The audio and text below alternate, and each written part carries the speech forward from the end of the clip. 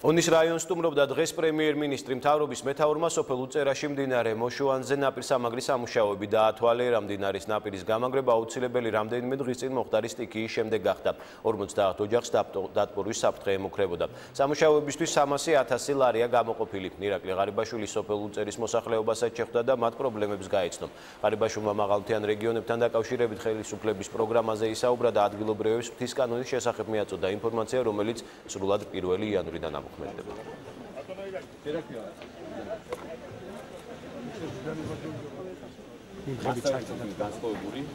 დაიძლება ოჯახები ტოვებენ საფრთხეს, მიდამოებს და მიდიან ქალაქში.